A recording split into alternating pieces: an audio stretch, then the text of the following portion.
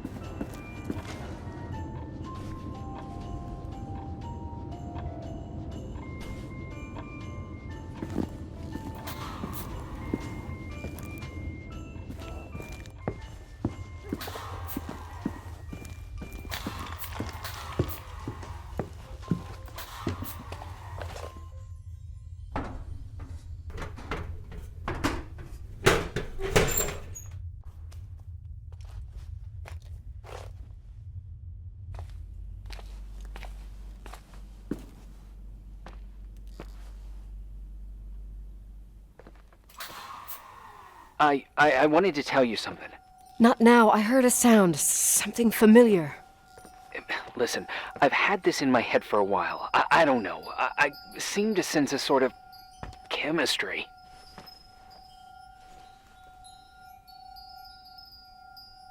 Sorry, I'm having trouble paying attention. I'm trying to figure out where this sound is coming from. I can understand that you can't stand the side of the timberline, not even on a postcard, but for me, this is important. It's given me the chance to meet... I really think we need to put off this conversation. Somehow, it would be nice if, after this whole thing, we could meet in person, have a drink.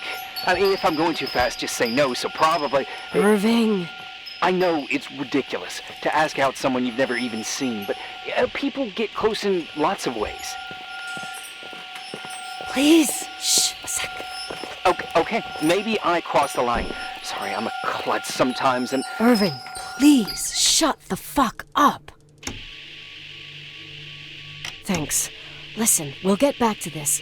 But now, just give me time to figure out where the sound is coming from. I'll call you back. Sure. Sorry.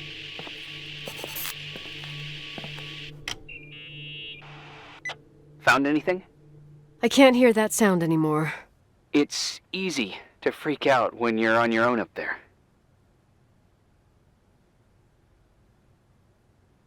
Maybe you're right. Who knows, but it seemed so similar to how I remember it. Hey, don't think about it anymore.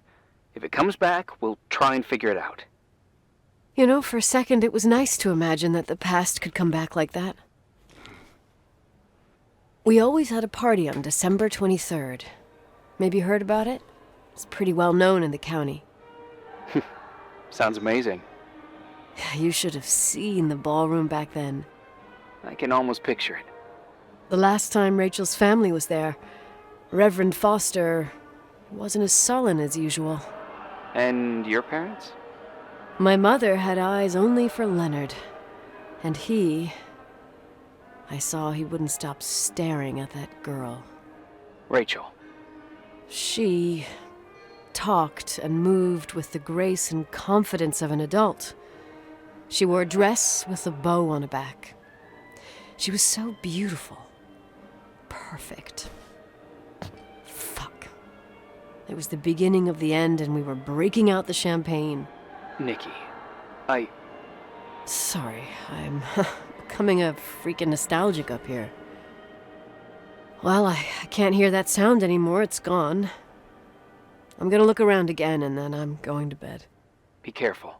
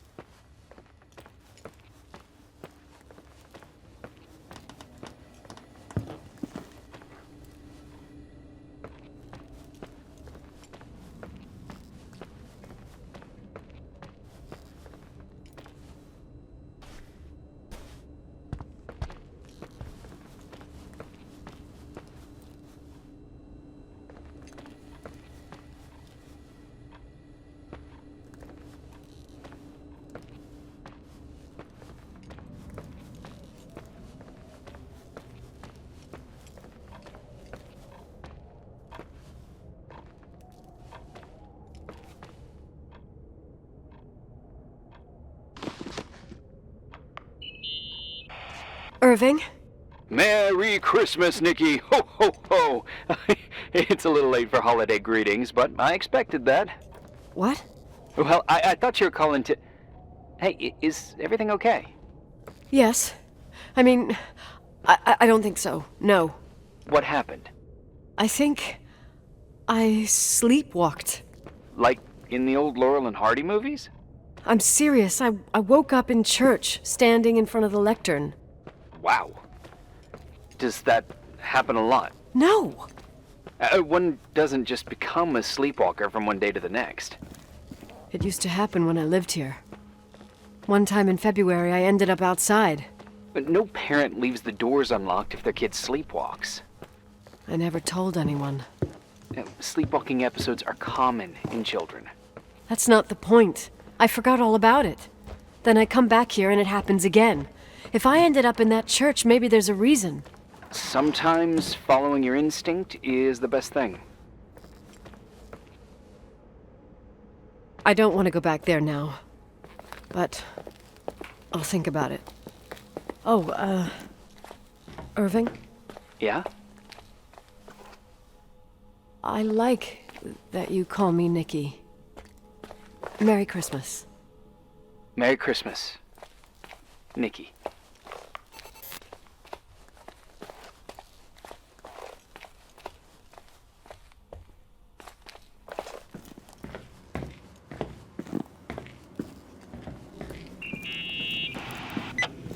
Hi. I was thinking, there really could be a repressed reason as to why you ended up there.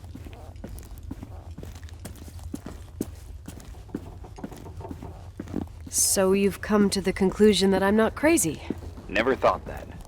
Well, at least not in this case. Oh, fuck off. Hey, language, Sister Nicole. All right.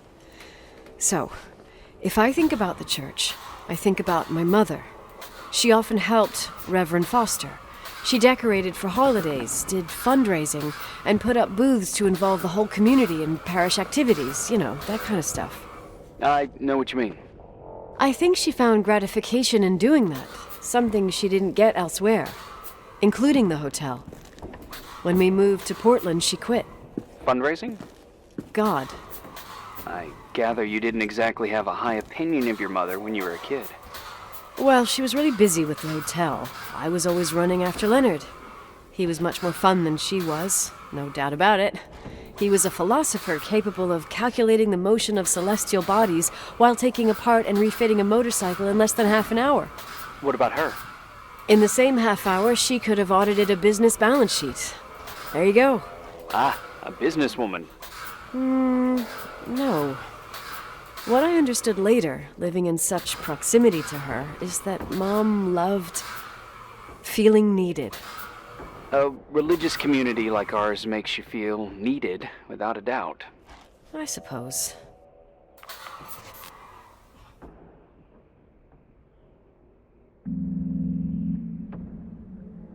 You want to play the organ in a church in the middle of the night? Really? Hey, what are you doing there? Dunno. I think you stayed on the line. Didn't notice. You think it's too horror? The church, the organ, the notes reverberating in the dark? It's been years since anyone played it. My mother's heart would break to see it like this. She adored it. You should take it with you, to play it, in Portland. You're better off listening to a cat in heat than my scales. Well, you can always pick it up again. Even if I don't think it's crucial. I mean, playing the organ. Yeah, right. Tell that to my mom. Essential part of a woman's education, I must admit. Oh, poor Mom. She had a daughter that would rather dig for gold at Hunter's Gulch till the cows came home. I can totally picture you. Uh-huh. Then there was Rachel, who reminded me how useless I was in music. Look how good Rachel is. Look how she puts her mind to it. She doesn't know how to read, but she's got a real ear for it.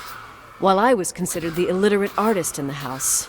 If Rachel had been around, she would have improvised Beethoven's Ninth. Oh, she's so perfect. Yes. I'm only just now realizing how jealous I was. Keep looking.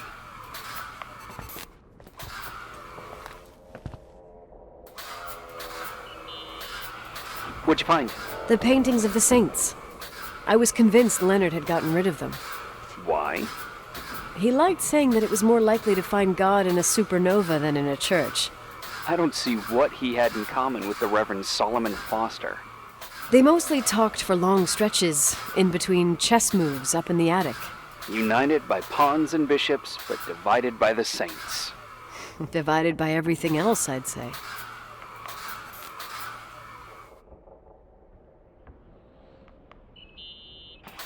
Nikki? When there was a party, my mother always got out the usual streamers and decorations and stuff.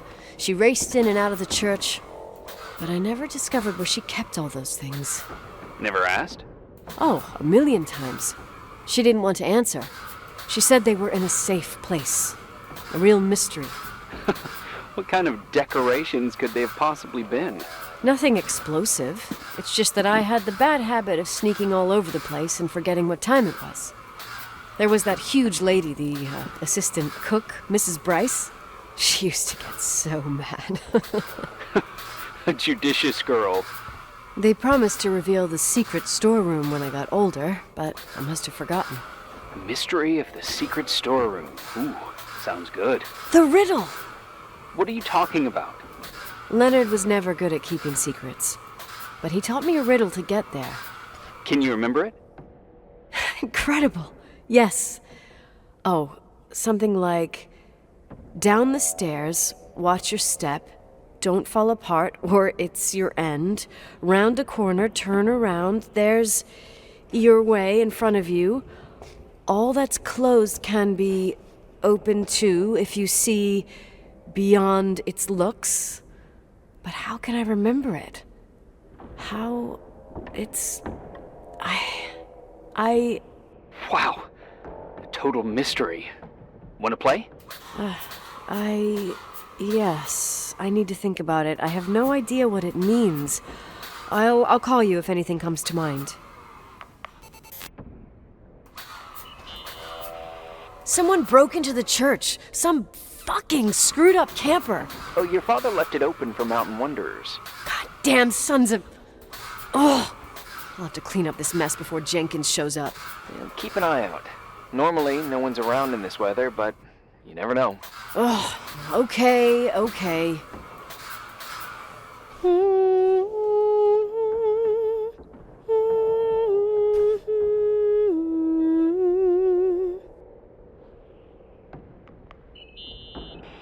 You practicing for the church choir now? I know this tune. The souls that come out of their graves. It's from the book of Revelation. Can I ask you about your mysterious father, who you only sort of mention? My father was nothing like Leonard. Well, I don't know what happened between you, but if you want to talk about it, I will. But not now. It's complicated. Yeah, I get that. Believe me, I do. Thanks.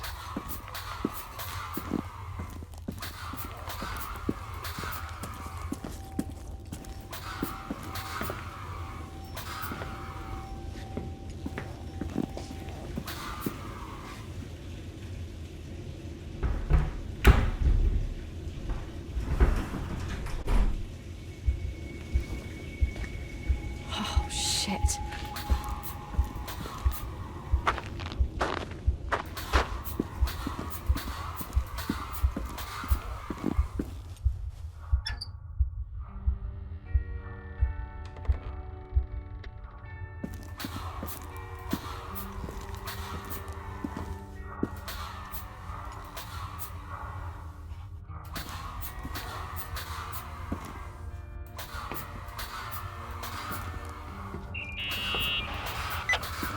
Shit. So, found the mystery decorations?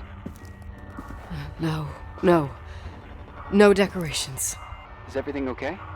I found something. What? It's like someone built some kind of bedroom. Irving, you there?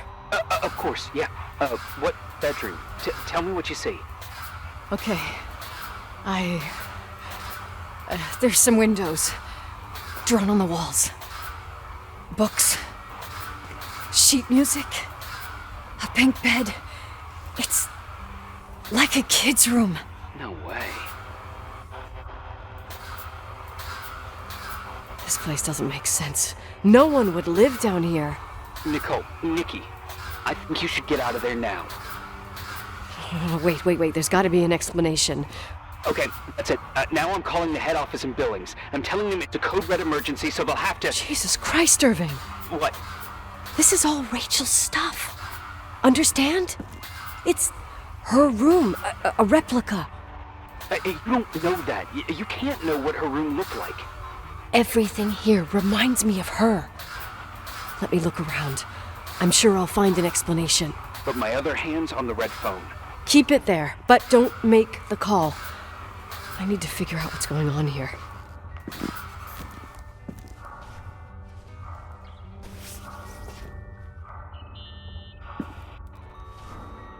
Hey, can you hear me? Yes. We have to call someone. You have to get out of there right now. No, I found a key.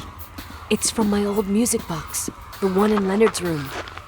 I'm having a hard time following. If everything in here is Rachel's, then why is my music box's key here? I don't know and I don't want to know. Tell you what I think? Someone could have been in your room. It doesn't matter. How can you be so calm? If someone was in there, he's not here now. I need to grab the chance to figure out what the hell is going on, or went on, here.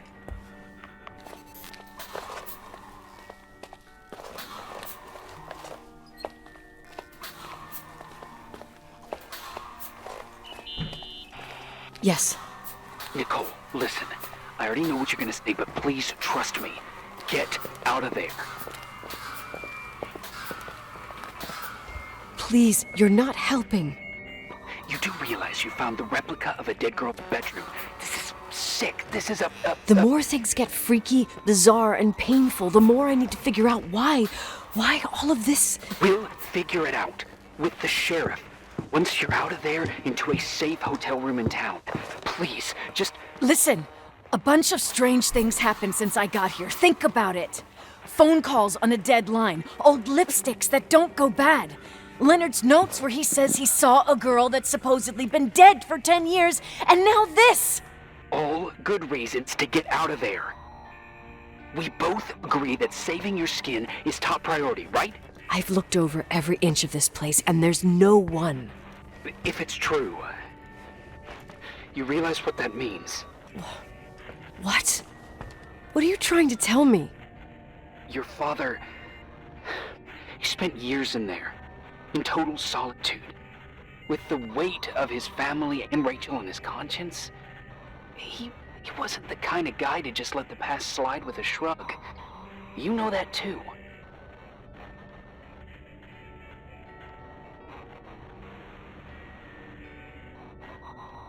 You're joking, right? You think he did this? Think about it. That room could be an act of love. Distorted, even morbid, but in his eyes... How dare you? My father might have had a lot of weaknesses, but surely what you're saying... Leave out that he cheated on my mom. Leave out that he fell in love with a 16-year-old, but fucking hell, don't you dare even think that! He would never have built a fucking underground shrine for a dead person. Your father had changed in the end. You didn't spend time with him, but I met him, and I'm telling you. No! I don't give a shit about what you have to say. I just want you to know that... If you don't want to help discover the truth, don't call me.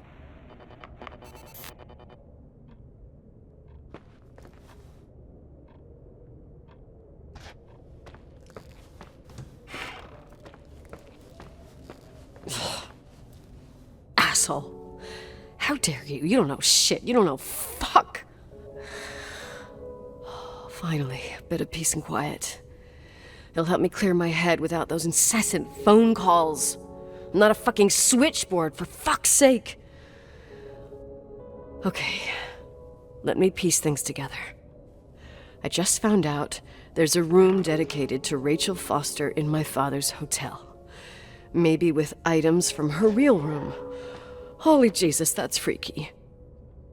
Some people think she didn't commit suicide, and some even think she's still alive.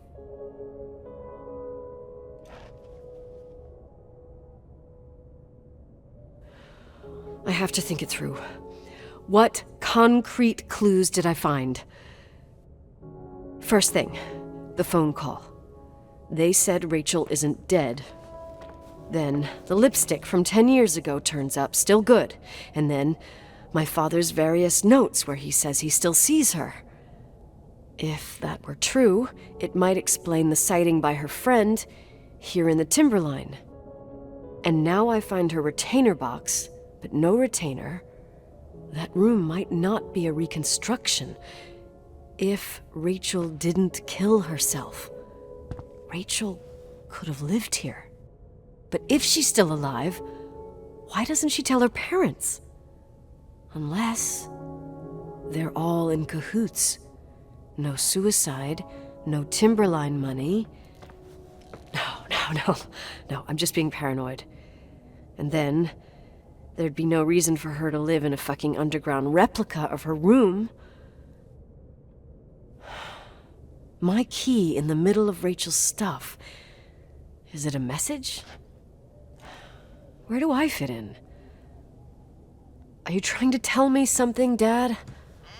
My music box with the hockey player.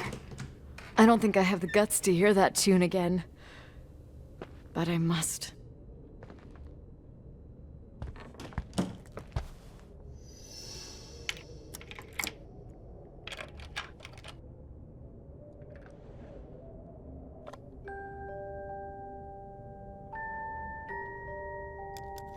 The 27th of December, 1983.